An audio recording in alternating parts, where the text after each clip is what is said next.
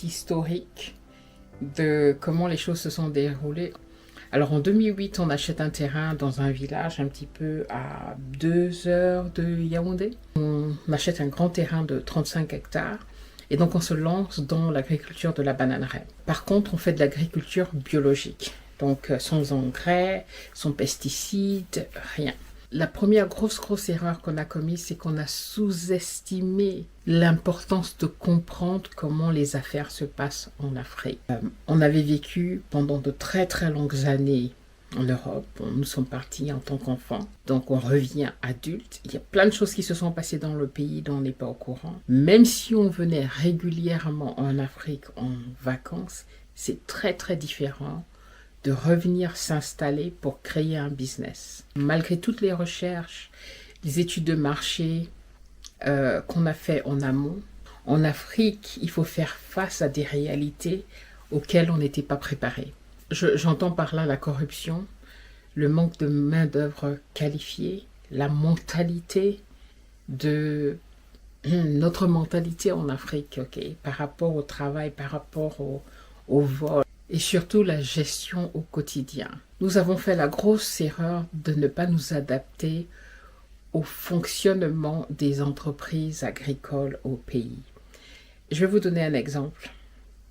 Quand on est arrivé, on a ouvert un compte, enfin c'était les cartes prépayées à l'époque.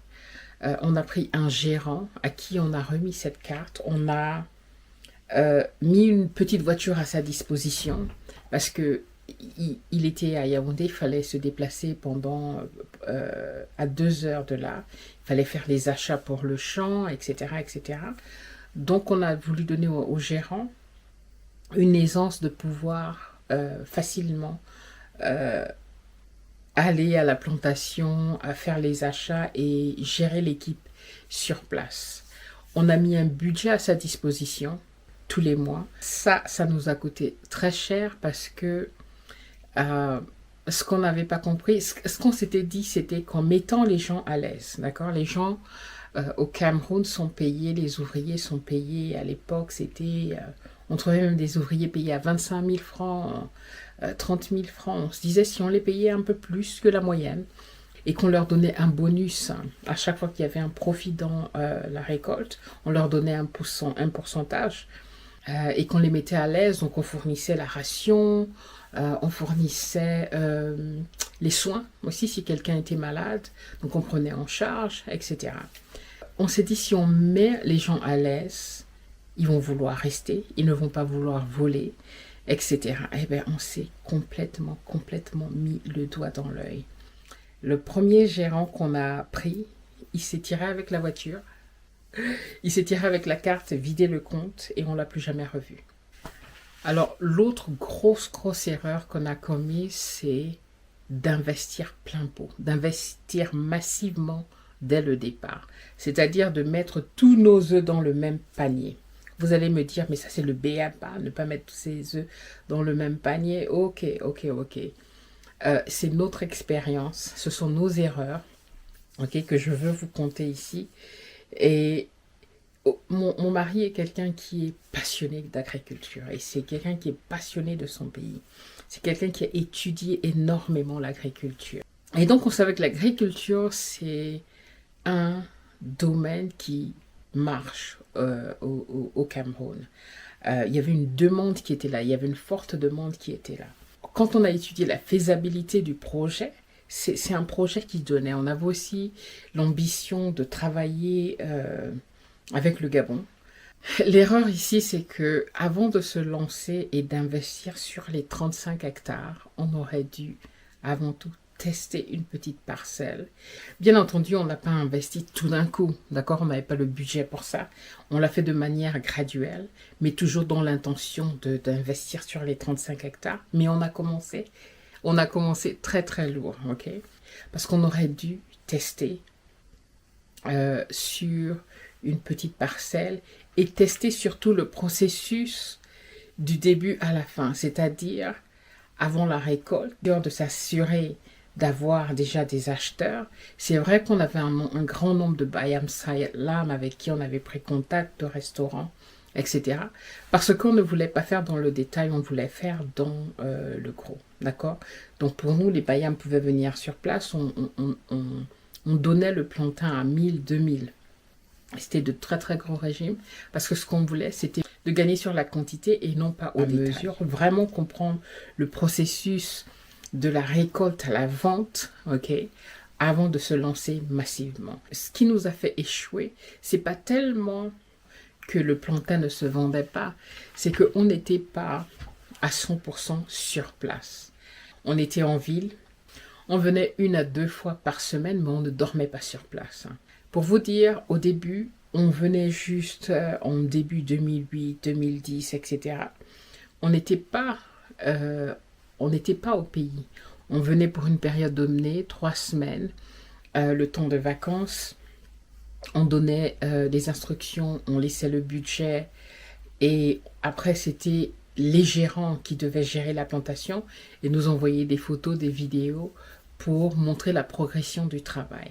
Ça, c'est une très grosse erreur. Les réalités du terrain, les réalités et la qualité des collaborateurs, des ouvriers est quelque chose de très important. D'ailleurs, partout en business, ok? Une entreprise ne fonctionne pas sans employés. Donc, la plantation, c'est pareil. Il faut des personnes de confiance, donc ceux qui sont gérants, contrôleurs, etc. Les ouvriers, il faut des personnes de confiance. Et le fait qu'on était à l'étranger et devant vous, tout va bien, mais dès que vous tournez le dos, c'est autre chose. Un des gros problèmes qu'on a rencontrés, c'est que, il y avait beaucoup d'ouvriers fantômes. Ça, on s'est rendu compte longtemps après.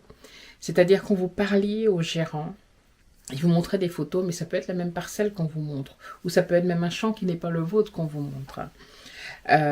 Et l'ouvrier, le gérant nous disait par exemple, tiens, il y a 10 ouvriers, mais il y en avait peut-être 3 qui travaillaient et le reste c'était des ouvriers fantômes parce qu'il empochait le reste de l'argent.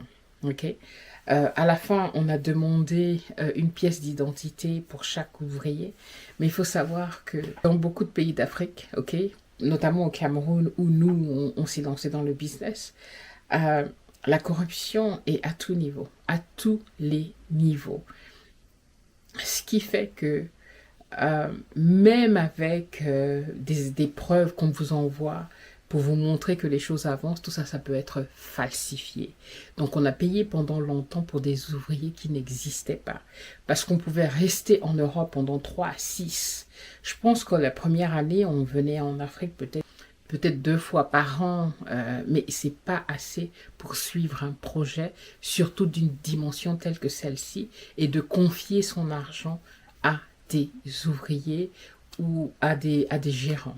Okay, avec que vous ne connaissez pas, malgré ce qu'il y a décrit sur le CV, malgré le fait qu'ils aient été recommandés, qu'il est vraiment difficile de trouver des personnes de confiance avec qui travailler en Afrique. Des personnes qui comprennent que de voler là une somme d'argent, c'est pas ça qui va les permettre d'avancer, mais qu'en restant dans un projet, en s'investissant dans un projet, quand ce projet réussit, ils ont un pourcentage et ils gagnent beaucoup plus que la somme qu'ils auront volée aujourd'hui. Mais le constat qu'on a fait après 16 ans d'essais en Afrique, au Cameroun, dans l'agriculture, c'est que beaucoup de personnes, peu importe s'ils ont un diplôme d'ingénieur et qu'ils ont un bac +2, +4, +10, +20, beaucoup ne pensent qu'à demain, à ce qu'ils vont manger demain. Ils n'ont pas une vision assez lointaine sur ce que le travail bien fait, le travail honnête, ce que le travail honnête peut leur apporter au long terme. Jusqu'ici, malheureusement, il y a très très peu de personnes dans les centaines de personnes qu'on a employées en 16 ans que je peux vous dire aujourd'hui. Il y a 7 personnes avec qui j'ai travaillé et au Cameroun et j'en suis fière. J'en connais qu'une seule. C'était pas dans l'agriculture, avec qui je suis toujours en contact aujourd'hui, Denise. Mais pour le reste des personnes, c'était des personnes qui, comme l'ont vécu beaucoup qui se sont lancés dans quel que soit le business en Afrique. Quand on essaye de se lancer, eh ben nous, on a pris plein pot. Plein pot. C'est la gérance à distance. Les gars, si vous voulez vous lancer dans l'agriculture, surtout à ce niveau-là, autant prendre une année sabbatique, ok, où vous avez eu le temps d'économiser suffisamment d'argent, parce qu'on ne peut pas vivre en Afrique sans argent. La vie est très chère si vous voulez vivre au même niveau ou alors à un niveau assez confortable. La gérance à distance est très difficile parce qu'il y a beaucoup de malveillance, de malversation. Superviser à distance est une grosse erreur. Il est difficile, vraiment extrêmement difficile au Cameroun, parce que c'est le pays où je suis, de trouver des personnes de confiance. C'est extrêmement difficile. Les gens sont en général là pour se servir avant vous. Il y a beaucoup de détournements, de malhonnêteté. Sans être présent sur place, ça ne marche pas.